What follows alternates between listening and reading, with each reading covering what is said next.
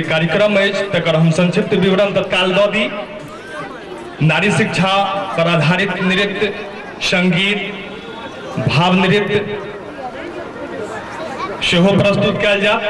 अपने सब शांति प्रदान करिए, तकर हम बेर बेर आग्रह अनुरोध करै छी। तकर बाद एही मंच से अपने लोकनि के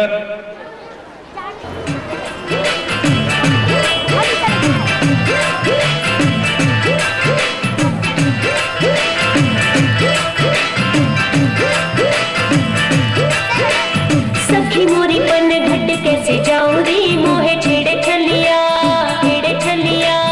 सखी मोरी पन घट कैसे जाऊं रे मोहे छेड़े छलिया। ओ मैं तुम्हारी लाज की मर जाऊं रे मोहे छेड़े छलिया।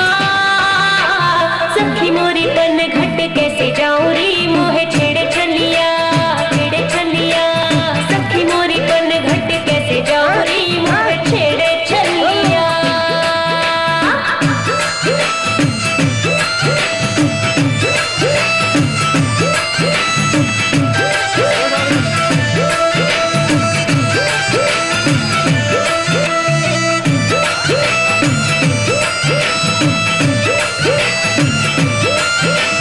प्यार करे वो राधा गोरी से, मुझको तो छेड़े बस चोरी चोरी से, मुझको तो छेड़े बस चोरी चोरी से, मुझको तो छेड़े बस चोरी चोरी से। हाय प्यार करे वो राधा गोरी से, मुझको तो छेड़े बस चोरी चोरी से, मुझको तो छेड़े बस चोरी चोरी से। प्यार करे वो राधा गोरी से, मुझको तो छेड़े बस चोरी चोरी से। बात तो है क्या क्या बतलाऊं रे मोहे छेड़े छलिया। सखी मोरी पन घट कैसे जाऊं रे मोहे छेड़े छलिया, छेड़े छलिया। सखी मोरी पन घट कैसे जाऊं रे मोहे छेड़े छलिया।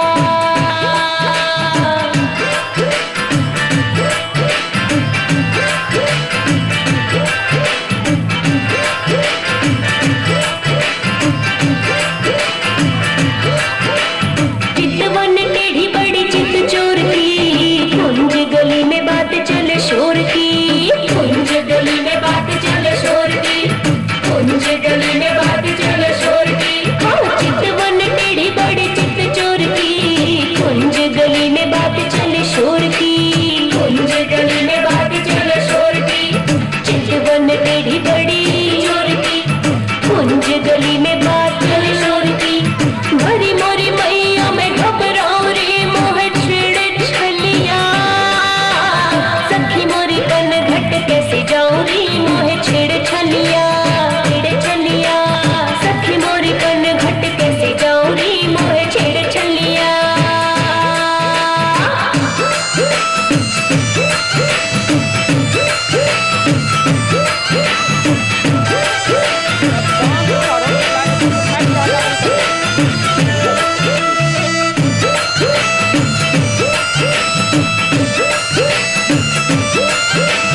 पकड़े कलाई मोरी मदन गोपाल, रंग शर्म से हुआ सखीला, रंग शर्म से हुआ सखीला, रंग शर्म से हुआ सखीला।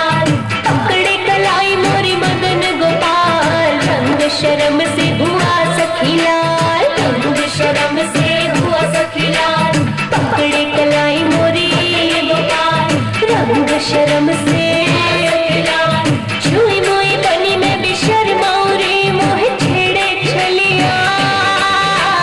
सखी मोरी पन घट कैसे जाऊं रे मोहे छेड़े छलिया, छेड़े छलिया। हाँ सखी मोरी पन घट कैसे जाऊं रे मोहे छेड़े छलिया।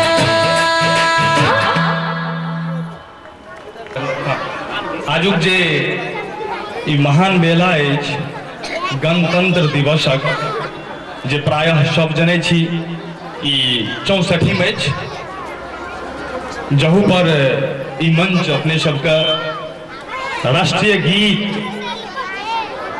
प्रस्तुत कऽ रहल अछि। ताहि लेल अपने सबसे विनम्र आग्रह अछि जे धिया पुता के कम से कम थोपड़ी बजा के प्रोत्साहित करते रहबनि।